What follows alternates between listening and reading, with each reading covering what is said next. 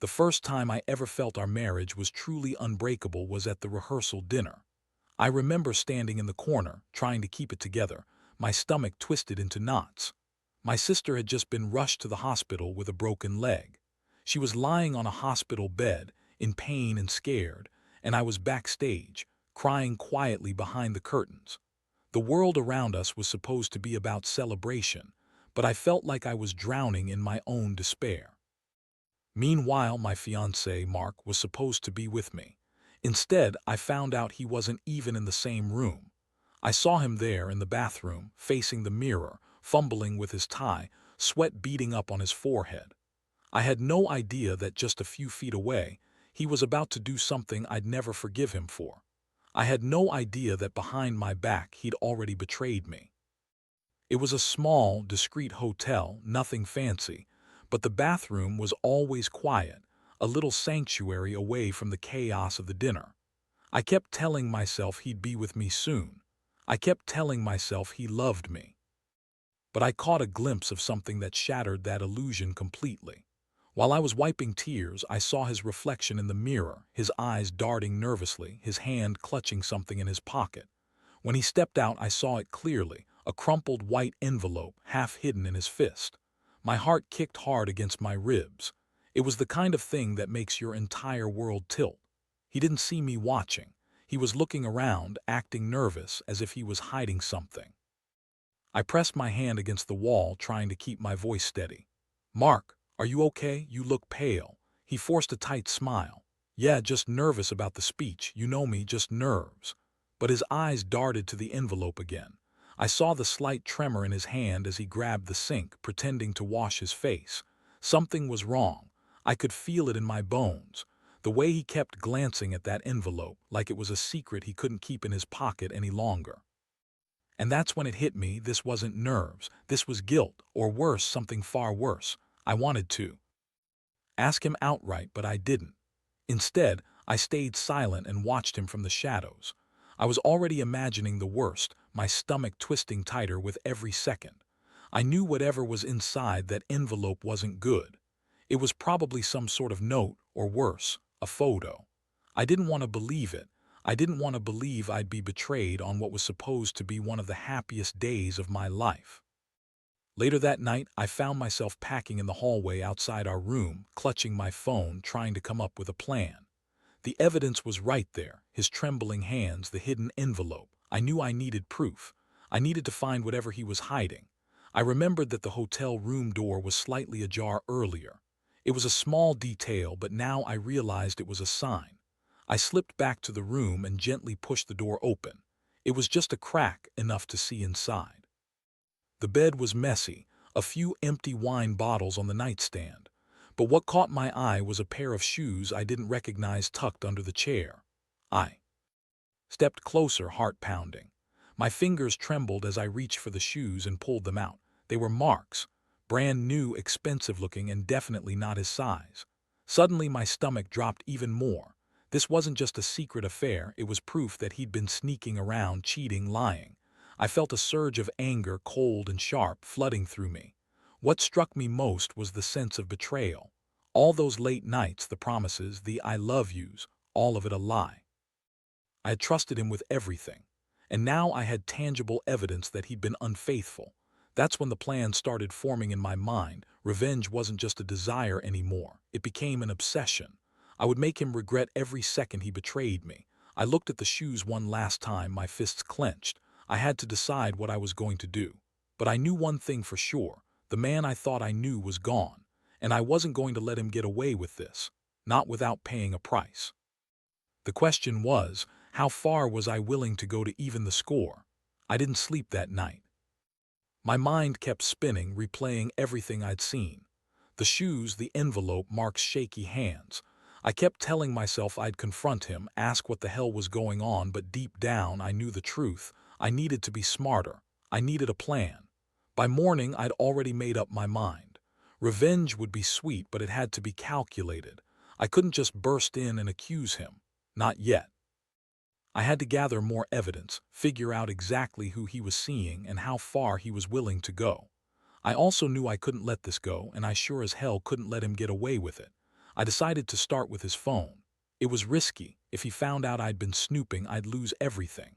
But I couldn't keep living in this fog of lies. I slipped out of bed quietly, the cold morning air hitting my face as I grabbed his phone from the charger. The screen was unlocked. My fingers trembled as I scrolled through his messages. I needed to see if he'd slipped up elsewhere, if there was a trail. There, tucked between some vague work emails and a couple of late-night texts, a message from someone called Lily that read, "Can't wait to see you tonight, it's been too long." No emojis, no obvious signs of flirtation, but the way he responded, short, tense, said enough.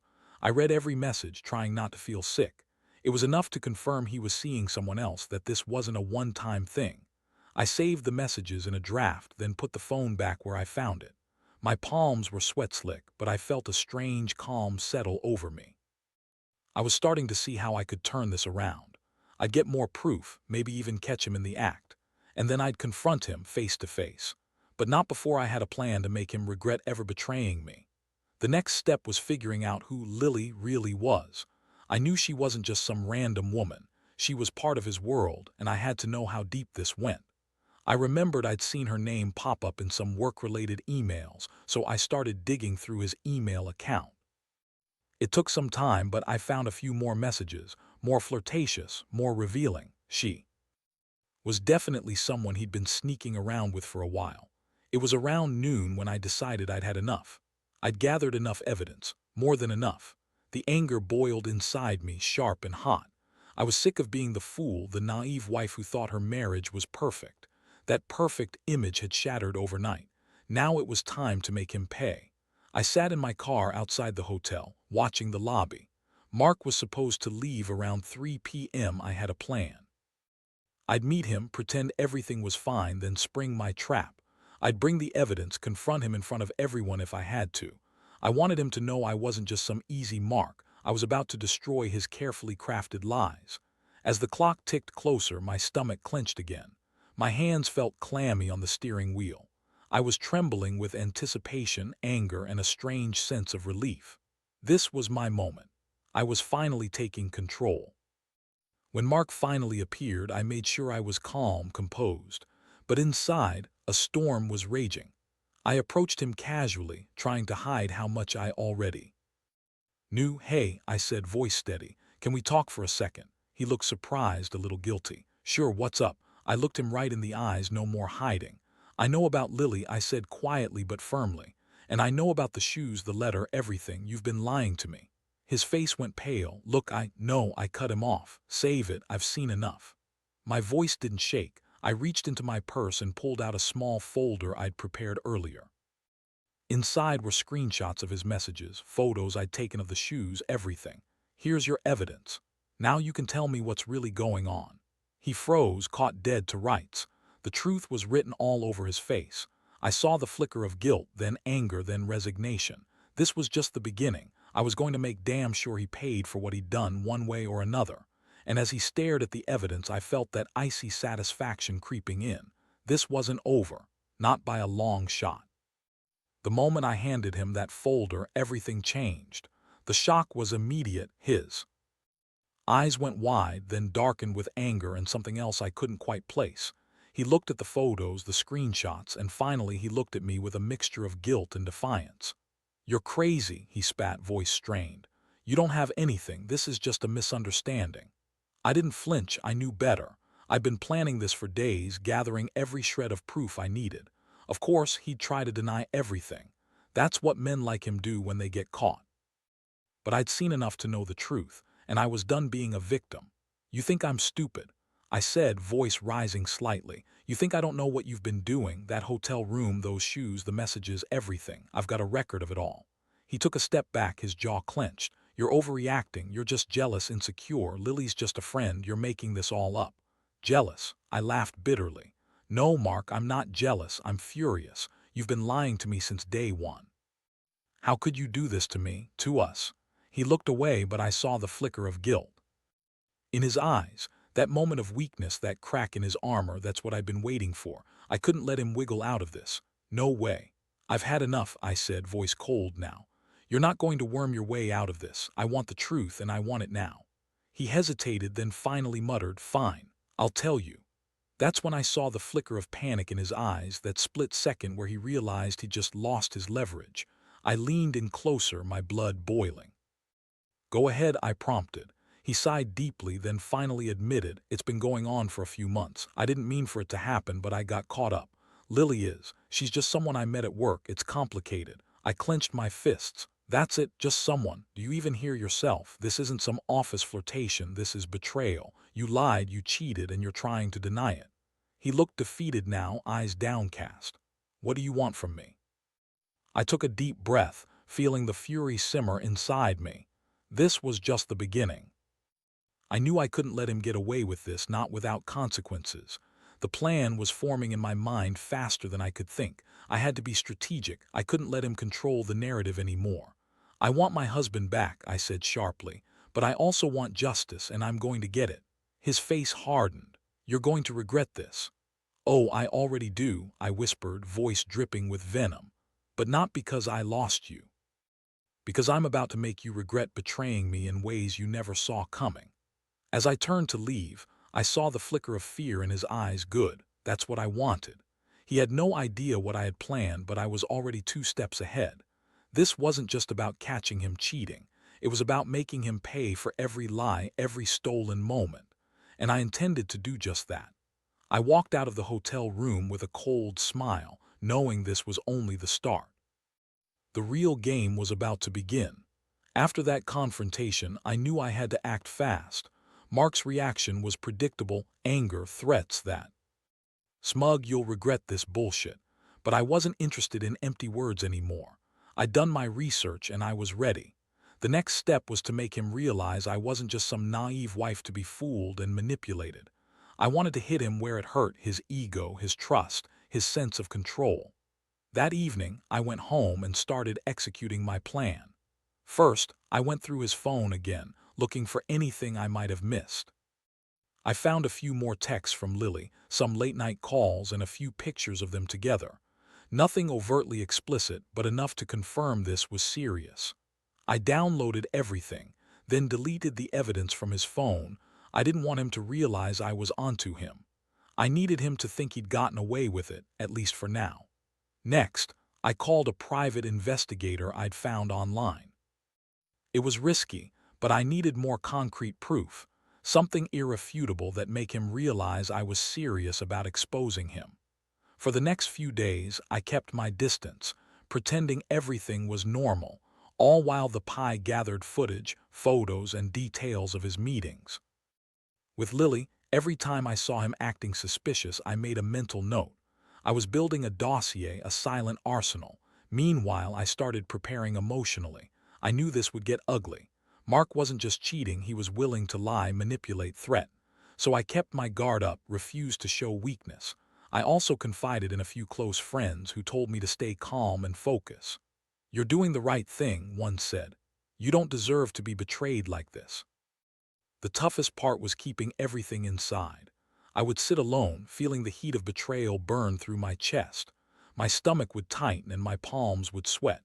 Every time I saw him, I had to remind myself, this isn't just about revenge. It's about reclaiming my dignity. Because I knew deep down I'd be damned if I let him walk away thinking he'd gotten away with it. One night I set a trap. I called Lily, pretending to be someone else, and struck up a conversation.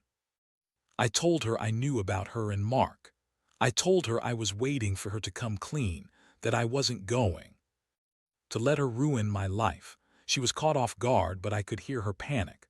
"I don't know what you're talking about," she stammered. "Oh, I think you do," I said coolly. "You might want to be careful. You're about to lose everything if you keep messing around with my husband." I kept the line open for a few more minutes, enough for her to realize I was serious. Part of me felt guilty. This wasn't the way I wanted it to go, but the other part, it was a rush. I was finally taking control, finally fighting back. The next day, I met with the PI to review what he'd uncovered. He had footage of Mark sneaking out of a hotel late at night, meeting Lily in a parking lot. Photos of them holding hands, kissing in shadows. The evidence was irrefutable. I felt a strange sense of calm. I'd won that round. Mark's secrets were no longer hidden. Now, I just had to decide what to do with this information. I knew I couldn't keep it bottled up forever. I could confront him outright, or I could let him dig his own grave. Either way, I was ready. I had what I needed. The question was, how would he react when I finally told him? That was what kept me awake at night, waiting for the moment when all his lies would come crashing down and I would be the one holding the pieces. I looked at the evidence spread out on my phone. I could feel my jaw tight. This wasn't just about revenge anymore. It was about ending the nightmare he'd created. I was tired of living in his shadow, tired of feeling like I had to apologize for trusting him. I was done. The power was finally mine. Now I just had to decide, do I walk away or do I burn it all down? The moment I finally decided to confront him was when I saw him leave the house that evening, heading towards some bar downtown. I followed him discreetly, my heart pounding in my chest. I knew he'd try to deny everything, but I didn't care anymore. I had everything I needed: photos, messages, the footage. Now it was time to make him face the consequences. I parked across the street, watching him sit at a corner table, laughing with a woman I recognized from the photos, Lily. They looked comfortable, reckless even. That spark of rage ignited inside me again. I took a deep breath, steadied my nerves, and texted him with a simple message. We need to talk, now. He saw it, hesitated, then excused himself from Lily's side and got into his car. I followed at a distance, leading him to his usual parking garage. When he finally saw me waiting near his car, his expression shifted, shock mixed with something darker. I stepped closer, feeling the adrenaline surge through my limbs. Did you really think I wouldn't find out? I asked, voice trembling with fury. Did you think I'd just accept being played for a fool? He looked at me, eyes cold. What do you want? I want the truth, I shot back. All of it. No more lies, Mark. His jaw clenched. You're making a mistake. Oh, I think I already did, I said, voice sharp. But you're the one who's going to pay. Without giving him a chance to reply, I pulled out my phone and played the footage I'd saved. Him sneaking out of the hotel, meeting Lily in shadows, kissing her behind closed doors, his face twisted with a mixture of shame and anger. Is this what you call a mistake? I hissed. Because I call it betrayal, so tell me, how long has this been going on? He looked away, silent. Answer me, I demanded, feeling the tears threaten to well up. How long have you been lying to me? He finally looked back at me, eyes blazing. It's not what you think, it's over. I don't love her, it's just a mistake I want to forget. Too late for that, I snapped. You lied, cheated, and used me, and I'm done forgiving you. That's when I saw the flicker of panic in his eyes. He knew I wasn't bluffing. I had the power now, and I was ready to use it. I want my life back, I told him coldly, and I want you out of it permanently. His face darkened. You're going to regret this. No, I interrupted. You regret it. Every second you spent betraying me, and I'm going to make sure you pay for that. I handed him the folder with all the evidence. Here's everything. You have two choices. You come clean or I do it for you. He stared at the files, then looked at me with a mixture of defiance and fear. You're insane. Maybe, I said, but I'm also done being a fool. It's your move now. I turned and walked away, leaving him standing there, clutching the evidence like a weapon. The cold wind hit my face, but inside I felt a strange sense of relief. The ball was in his court. He could deny, lie, or admit. Either way, I knew I had the upper hand. He wasn't going to hurt me anymore. Not after I'd finally shown him I was tired of the lies. I had the proof, the plan, and the resolve. The only thing left was to wait and see what he would do next, but I already knew I was done playing nice. This was war, and I was ready to win. A few days later, I took the final step. I made the appointment with the lawyer, packed a small bag, and drove to the courthouse. Sitting in that sterile room, I handed over everything: the evidence, the documents, the text logs, and watched as the wheels of legal separation turned. Mark's face was pale when he tried to protest, but I didn't care. I knew what I was doing. I'd finally taken control of my life again. The moment I handed over the keys to our house, I felt a strange weight lift. It was as if I had been carrying around a heavy, choking noose, and now it was finally gone. I looked him in the eye as he realized I wasn't backing down. That look, shock, regret, pure defeat, was something I'd never seen before, but I knew I'd earned it. After the papers were signed and filed, I left the courthouse with my head held high. My heart still ached, but I was finally free. The betrayal still burned, but I refused to let it define me. Instead, I took all that pain and turned it into a lesson. No matter how much you trust someone, never forget to protect yourself, because people will surprise you, often in the worst ways. Standing outside, I took a deep breath, feeling the cool air fill my lungs. I looked up at the sky, cloudy but promising. I was done with the past, now. I had a future I could shape on my own. I let out a long, steadying breath and whispered to myself, never again. Reflecting on everything, I realized I should have seen the warning signs earlier, those small, careless lies, the secretive glances, the late nights. But love makes you blind. Still, what I learned is this: trust has to be earned and betrayal cuts deep. When you see red flags, don't ignore them. Address them before they blow up your life. And I want to tell anyone out there who's walking through something similar, don't wait until it's too late to fight back. Gather your evidence. Plan your next move carefully, because the worst betrayal comes when you least expect it, and the only way to truly take control is to take action. I've learned that revenge isn't about hurting the other person just to see them suffer. It's about reclaiming your dignity, showing them that their actions have consequences. I didn't destroy him, I destroyed the lie he tried to build around himself. And in doing so, I found my strength again. Now I'm rebuilding. I've started therapy, reconnected with old friends, and begun to trust myself again. Because at the end of the day, what matters most is how you pick up the pieces after everything falls apart. And I promise you, you can do it. You just have to be brave enough to face the truth and bold enough to act on it. So, to anyone out there feeling frozen in betrayal, know this: you are stronger than you think. Take your power back. Be ruthless. And never let anyone make you feel small just because they couldn't be faithful. Your life is yours, and no one has the right to take that away from you. I walked away from this nightmare knowing I was finally free. That was the real victory. And honestly, it felt damn good.